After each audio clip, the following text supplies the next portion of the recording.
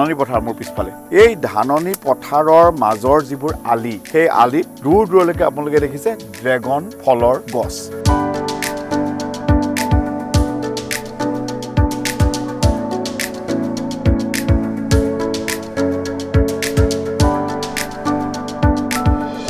পকা ধানৰ মাজে মাজে সৰু সৰু আলি আৰু এই সৰু সৰু আলিত আপোনালোকে দেখিছে এদৰে ড্ৰেগনৰ খেতি মোৰ পিছফালে এখন ধাননি পথাৰ আৰু ধাননি পথাৰৰ এটা বিশেষ দৃশ্য আপোনালোকে দেখিছে যে এই সৰু সৰু যিবোৰ গছ পথাৰৰ আলিৰ মাজত আছে এইবোৰ হলগে ড্ৰেগন ফলৰ গছ অৰ্থাৎ ড্ৰেগন ফ্ৰুটছ আমি যিটো বজাৰত দেখো আৰু প্ৰথমবাৰৰ বাবে অসমত এইদৰে পথাৰৰ আলিত ড্ৰেগন ফ্ৰুটছৰ খেতি কৰিছে আৰু এইবোৰ মহাৰত দেখিছে নহয় এইবোৰ এইমাত্ৰ ছিঙি আনিছো এজন আদৰ্শ কৃষক দুলেন গগৈ আৰু এই দুলেন গগৈয়ে পৰীক্ষামূলকভাৱে দুলিয়াজানত এই খেতি আৰম্ভ কৰিছে আৰু ইতিমধ্যে প্ৰতি বছৰে তেওঁ লক্ষাধিক টকা উপাৰ্জন কৰিবলৈ সক্ষম হৈছে আৰু জ্ঞানত আজি অতিথি হ'ল দুলেন গগৈ যি ক'ব যে কিদৰে পথাৰৰ মাজত ড্ৰেগন ফ্ৰুটছৰ খেতি কৰিলে বা কিয় কৰিলে বা আপোনালোকে যদি পথাৰৰ মাজত ড্ৰেগন ফ্ৰুটছৰ খেতি কৰিব বিচাৰে তেন্তে কেনেদৰে কৰিব পাৰিব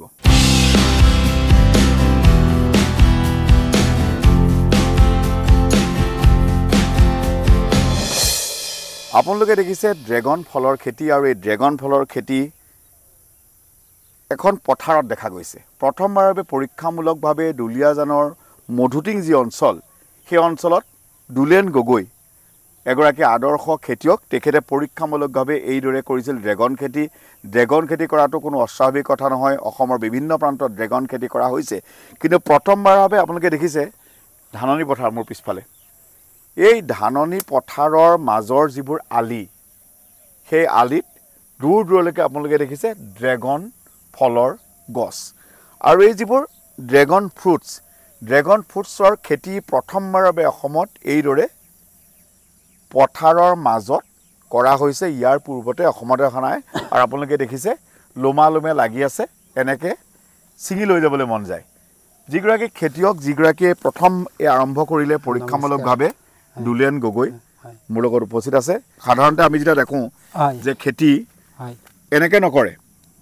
কেনেকৈ আপোনাৰ মন বা কেনেকৈ কৰিলে আৰম্ভটো আচলতে কি হয় মই গুৱাহাটীলৈ গৈছিলোঁ তেতিয়া এটা ড্ৰেগন ফ্ৰুট খাইছিলোঁ ড্ৰেগন ফলটো খাওঁতে মানে মিঠা নহয় যিটো হোৱাইট ভেৰাইটি খাইছিলোঁ কিন্তু মই মানে কি হৈছে এইটো ইমান ধুনীয়া দেখিবলৈ কাৰণে গতিকে এইটো মানে কি কৰিব পাৰি নেকি কিন্তু টেষ্টটোৰ কাৰণে মই অকণমান মনলৈ কোচ খাইছিলে পিছত মই বহুত মানে ভিডিঅ' চালোঁ ভিডিঅ' চোৱাৰ পিছত গম পালোঁ যে এটা টেষ্ট ভেৰাইটি আছে গতিকে সেই টেষ্ট ভেৰাইটিটো বিচাৰি পালোঁ আৰু এইটো ৱেষ্ট বেংগলৰ পৰা অনা হৈছে আৰু অলপ ভিয়েটনামৰ পৰা য়েলো ভেৰাইটিটো অনা হৈছে গতিকে এইখিনি টেষ্ট কৰিবলৈ কাৰণে প্ৰথমতে আনি এটা টেষ্ট মই বামত কৰিছিলোঁ বামত কৰাৰ পিছত তাত অকণমান প্ৰডাকশ্যনটো কম গতিকে ৰ'দ ঘাই বিচাৰি পালোঁগৈ য'ত আমাৰ ছমাহ খেতি কৰে ছমাহ পেলাই থৈ দিয়ে পথাৰ খেতি সেই হিচাপত মই এই পথাৰত কৰিব ল'লোঁ জাষ্ট এজোপা চেম্পুল কৰিছিলোঁ এনেকৈ ধৰণে তুলি লৈ পেলাই মাটি আৰু তেতিয়া চেম্পুল প্ৰথম বছৰ এজোপাতে মোৰ এটা বেচত মই থাকে 3 কেজি 2 কেজি 3 কেজিকৈ প্ৰডাকশ্যন হ'ল তাৰপিছত আৰু লাহে বহাই দেখিলোঁ যে সকলোতে হ'ব গতিকে সেইকাৰণে গোটেইখিনি আলিতে নমাই দিয়া হ'ল এতিয়া আপোনাৰ কিমান জোপা খেতি আছে ইয়াত মোৰ পথাৰত 60 জোপা আছে আৰু মোৰ বামত আছে 50 জোপা এইটো খেতি কৰিবলৈ হ'লে আপোনাৰ খৰচা কিমান বা কোনোবা যদি খেতি কৰিব বিচাৰে কি হয় কিমান মূলধন কিমান লাগিব পাৰে এটা পুলত ধৰক আপোনাৰ কংক্ৰিটৰ যদি কৰে তেতিয়াহ'লে মোৰ নিচিনাকৈ কৰিবলৈ হ'লে সম্ভৱ 1500 টকা বা 2000 টকা খৰচ হ'ব কংক্ৰিট অৰ্থাৎ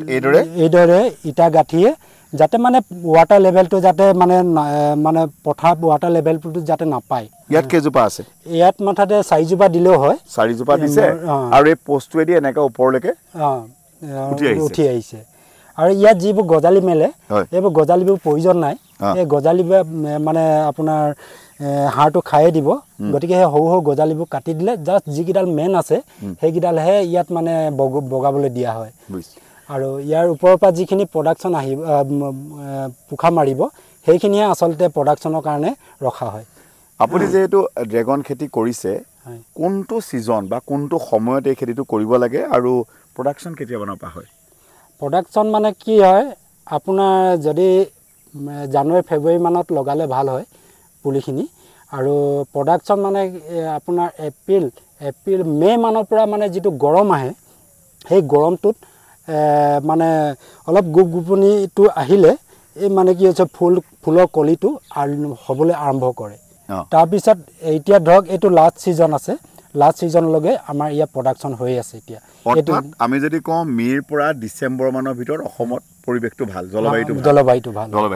আপোনাৰ এতিয়া ধৰক এজোপা এনেকুৱা ধৰণৰ খৰচা কৰিলে আপুনি ক'লে 1500 মান টকা হয় যদিহে কংক্ৰিটৰ কৰে কংক্ৰিট নকৰিলেতো খৰচা নাই কংক্ৰিট খৰচা নাই এটা পুলি কিমান দাম ইয়াৰ পুলি এটা মই যদি খুচুৰা বজাৰত মই 4টা 5টা 10টা এনেকৈ দিছে 80 rupeesকৈ লৈছোঁ আৰু যদি আপোনাৰ হ'লচেল ৰেটত যদি 200 ওপৰত গুচি যায় তেতিয়াহ'লে 55-60 এনেকুৱা ধৰণৰ লৈছোঁ অৰ্থাৎ কোনোবা এজনে 80 টকা ধৰিবা 10টা পুলি নিলে 800 টকা হ'ল তেওঁ 800 টকা যদি খৰচা কৰে আৰু বাকীখিনি তেওঁ যিখিনি কাম কৰে বছৰত কিমান মান টকা তেওঁ হ'ব পাৰে বা কিমান এই 8জোপা গছৰ পৰা 2টা পোচ হ'ব 2টা পোচত আপোনাৰ যদি 3000 টকা প্লাছ আপোনাৰ পুলি দাম 3800 টকাত সি প্ৰথম বছৰতে যদি ভাল প্ৰডাকশ্যন হয় 2 কেজি 1 কেজিকৈ দিবলৈ আৰম্ভ কৰিব যদি 5টা বেচ দিয়ে তেতিয়াহ'লে 10 কেজিকৈ দিব তেতিয়াহ'লে দুজোপাত 20 কেজি দিলে 20 কেজিত এবছৰতে তাৰ মানে কি যে মূল্যটো অচুল হৈ যাব 1 কেজি দাম এতিয়া কিমান ধৰক আপোনাৰ 1 কেজি বা বজাৰ ৰেটটো 500 বা 550 600 এনেকৈ ধৰণৰ ৰেট আৰু হ'লচেল ৰেটটো অলপ কম আছে অৰ্থাৎ কোনোবাই যদি এনেকুৱা পুলি আপোনাৰ পৰা ক্ৰয় কৰে বা কোনোবাই ক্ৰয় কৰে তেতিয়াহ'লে 3000 টকা বা 3500 টকা খৰচা কৰিলে এটা ছিজনত 5000 টকা উপাৰ্জন কৰিব পাৰি আৰু তাৰ পাছত এই পুলিখিনি থাকিয়ে যাব এইবোৰ কিমান লং লাষ্টিং কিমান বছৰ জীয়াই থাকে এইটো কোৱা মতে 20-25 বছৰ বুলি কৈছে গতিকে মই ধৰিছোঁ যে 15 বছৰ বা 20 বছৰ গ'লেও আমাৰ যিমানখিনি প্ৰডাকশ্যন লাগে সিমানখিনি আমাৰ সাফিচিয়েণ্ট হ'ব আমি ধৰি ল'লোঁ যে 10 বছৰেই গ'ল 15 বছৰ 10 বছৰ আপুনি এতিয়ালৈকে কিমানটা বেটছ মানে মই বুজাইছোঁ যে এনেধৰণে পুলি যে লাগে বাৰে বাৰে লাগে নহয় জানো এইটোৱে যেনেকৈ লাগি আছে এইবোৰ যেনেকৈ লাগি আছে প্ৰতিটো ঘাটতে লাগে তাৰপিছত আপোনালোকে ছিঙি বিক্ৰী কৰে এইটো শেষ আৰু ইয়াৰ পাছত আৰু নতুনকৈ নহয় আপুনি এতিয়ালৈকে কিমান বিক্ৰী কৰিলে এতিয়ালৈকে তো 6টা 7টা বেচ মোৰ ইয়াত ফুলিছে এবাৰ বেচত মই 1 কুইণ্টেল 20 কেজি কিছুমান 80 কেজি এনেকৈ ধৰণে গৈছে অৰ্থাৎ আমি যদি ধৰোঁ 1 কুইণ্টেলকেও ধৰোঁ তেতিয়াহ'লেও আপোনাৰ 6টা বা 7টা বেচত 6 বা 7 কুইণ্টেল বিক্ৰী কৰিলে আৰু তাতে আকৌ সৰু কিছুমান ওলাইছে সেইটো কাৰণে মানে কি হৈছে আপোনাৰ ধৰক এতিয়া কিছুমান এতিয়া ভেৰাইটিজকেইটা এইকেইটা প্ৰায়কেইটা ডাঙৰ কেতিয়াবা সৰু ওলায় সেইটো আমি মাৰ্কেটত এৰি দিবলৈ দিগদাৰ হয় গতিকে সেইকাৰণে সৰুখিনি আমাৰ ভিতৰতে লোকেল খুচুৰাকৈ আমি বিক্ৰী কৰি দিয়া হয় খালি ডাঙৰখিনি যিখিনি আমাৰ ডিমাণ্ডেবল আছে সেইখিনি বিক্ৰী কৰা হয় ফিল্ডত ভিয়েটনামৰ য'ত যথেষ্ট পৰিমাণে খেতি হয় ভিয়েটনামৰ সৈতে অসমৰ জলবায়ু প্ৰায় এক প্ৰকাৰ একেই আৰু অসমৰ জলবায়ু একে হোৱাৰ কাৰণে অসমৰ এইদৰে দেখা গৈছে ড্ৰেগন যি ফল ড্ৰেগন ফলৰ এনেদৰে লমালমে লাগি আছে এয়া হ'লগৈ পথাৰৰ মাজৰ যি আলি সেই আলিত এনেধৰণে পৰীক্ষামূলকভাৱে কৰিছিলে 2 বছৰ পূৰ্বে লাভ হ'ল আৰু এতিয়া বৰ্তমান প্ৰায় 100ৰো অধিক ড্ৰেগন ফুলৰ গছ আছে আৰু য'ত এতিয়ালৈকে এখেতে 8 কুইণ্টেলৰ অধিক বিক্ৰী কৰিবলৈ সক্ষম হৈছে অৰ্থাৎ প্ৰায় লাখ টকাৰো বেছি উপাৰ্জন কৰিবলৈ সক্ষম হৈছে গতিকে কোনোবা অসমীয়া যদি কৃষক আছে বা কোনোবা আগবাঢ়ি যাব বিচাৰে কাৰণ তাৰ কাৰণে ঠাই নালাগে পথাৰতে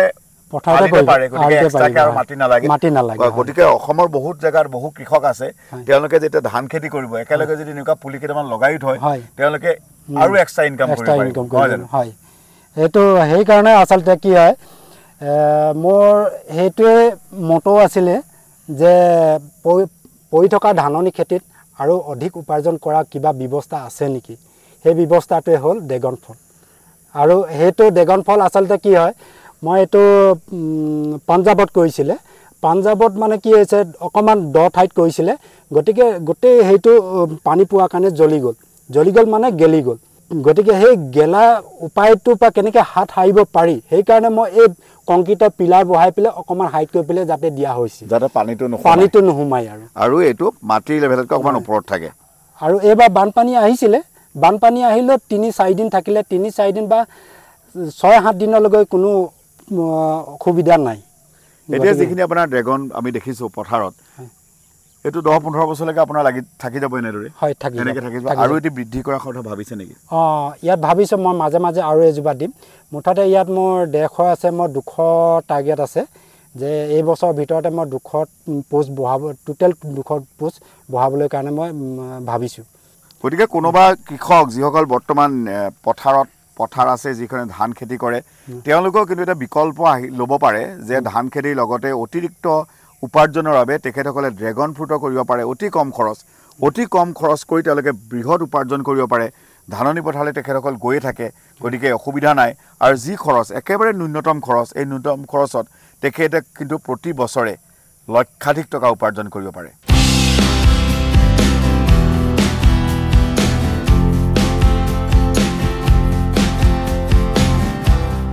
জ্ঞান আৰু জ্ঞান ইউটিউব চেনেলৰ ভিডিঅ'সমূহ চাই আপোনালোক যদি উপকৃত হৈছে তেন্তে এই চেনেলটো ছাবস্ক্ৰাইব কৰিবলৈ নাপাহৰিব